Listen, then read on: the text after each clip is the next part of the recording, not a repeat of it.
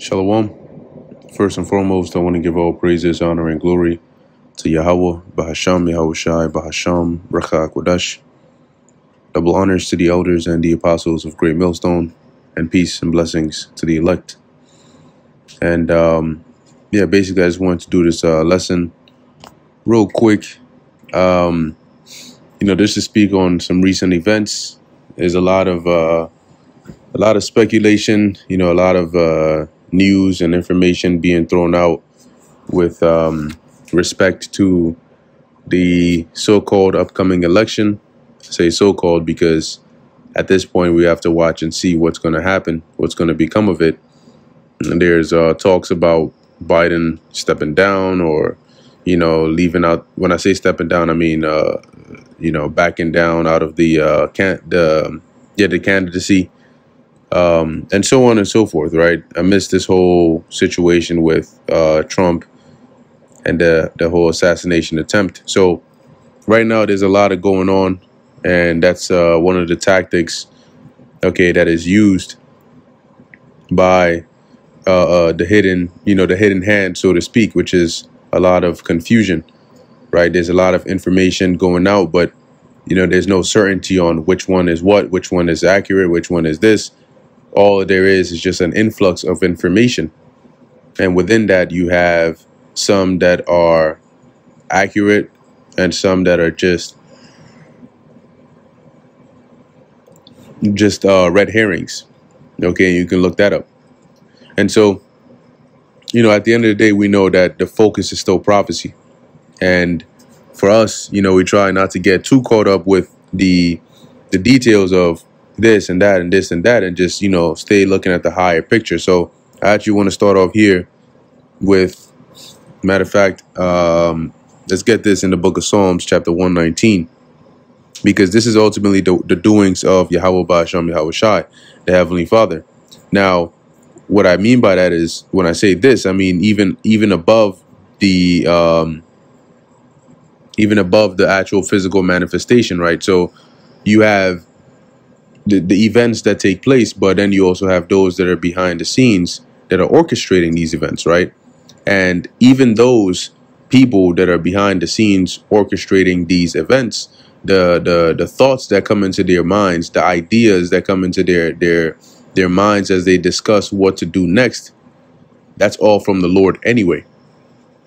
Okay, so the Heavenly Father is behind all of this, and he's stirring things up. He's using these different events to stir up the minds of the people. Now, this is the book of Psalms, chapter 119, verse 126, and it reads, "It is time for thee, Yahweh, Bahasham Yahushai, to work, for they have made void thy law." And what we're seeing is the workings of Yahweh Ba'asham Yahushai on the earth by way of, the manifestation of these different events that are leading up to these major prophecies. And there's no way around it. There's no way, to try and, circumvent this. This is what it is.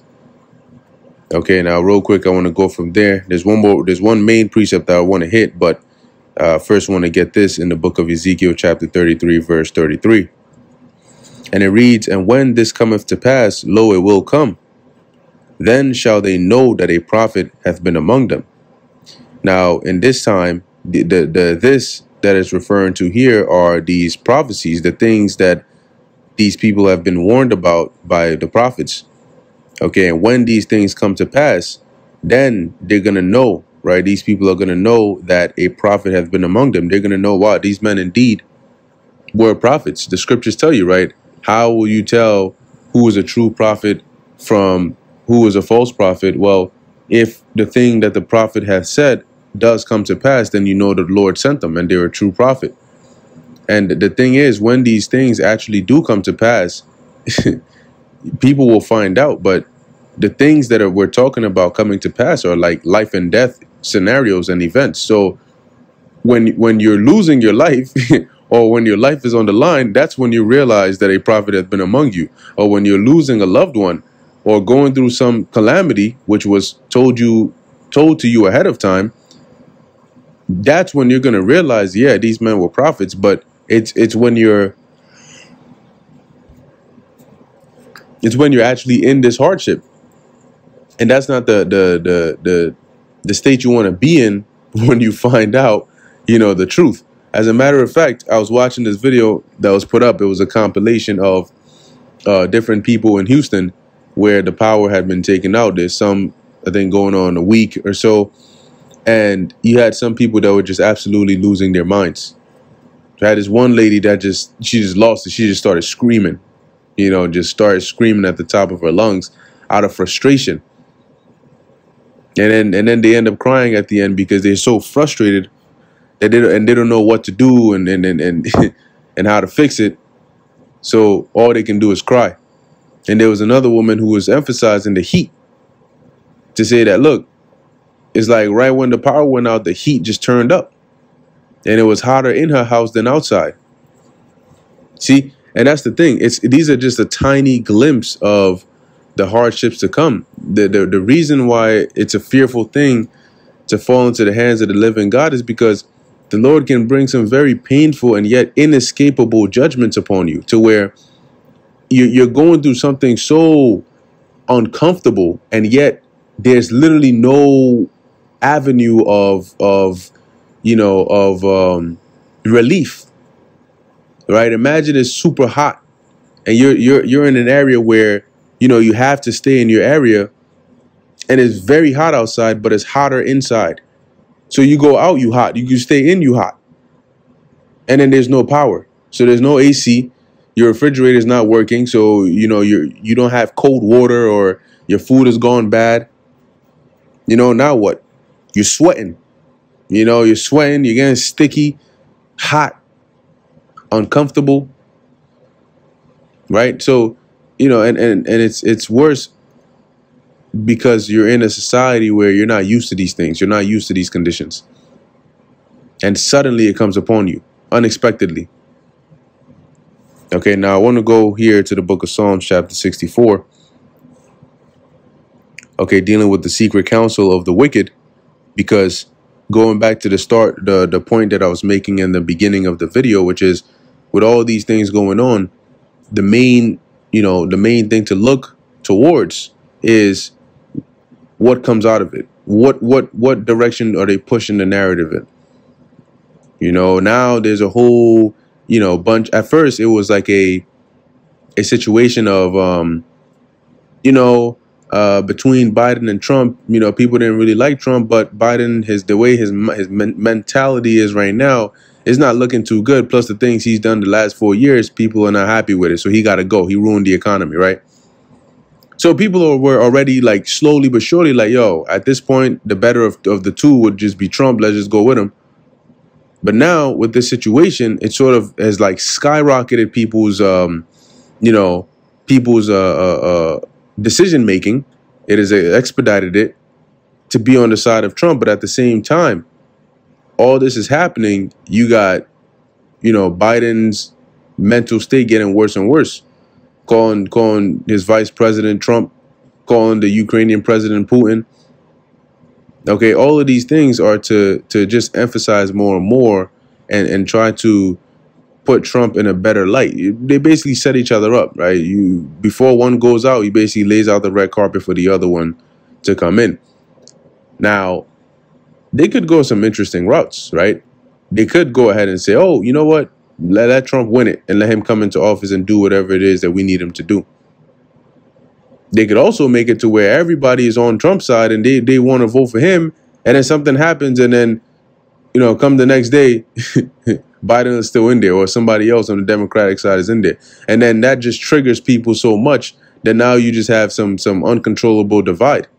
Remember, the goal here for them is chaos. Okay? Because from there, they can bring that order. Now, this is Psalms chapter 64, and I'm just going to get straight to the point in verse 5. And it reads, they encourage themselves in an evil matter. They commune of laying snares privily or privately. They say, who shall see them? See, and that's the part right there. When they commune, when they come together and they have these meetings and discussions and these plans, It's about laying snares. It's about traps. It's about, what new thing can they do or spring upon the people as they're gathering all this information about the people that can give them more control, that can take them another step closer to their achieving of their new world order. They search out iniquities. They accomplish a diligent search, and they have the technology and the means to do so. Both the inward thought of every one of them and the heart is deep. So that is why we have to watch, with all the smoke screen and this is happening and this is that. When all that starts happening, you got to stay put. You got to just like watch. Okay, because the second you try to jump out in there in the midst of all this is flying here, this is flying, they're going to take you on a ride. So it's better to just watch.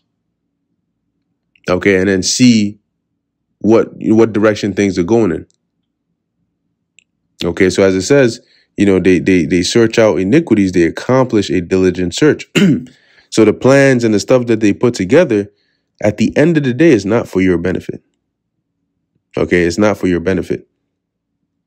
But the scriptures talk about watching, right? Yahweh Shai told us to watch as well as pray. And that's exactly what we ought to do now more than ever. So there's a lot going on. I'm sure this is definitely not the end of it, really just the beginning, as things will continue to intensify more and more as time goes on. And a lot can happen in 24 hours. 24 hours can be a difference between night and day, literally, in terms of how quick your life can change, let alone, 4 months or so. So a lot can happen between now and the election that can really, really change, a lot. But we got to watch and see what the Heavenly Father has in store for this place. Anyway, with that, I'm going to end it here. Lord willing, that was edifying to the elect.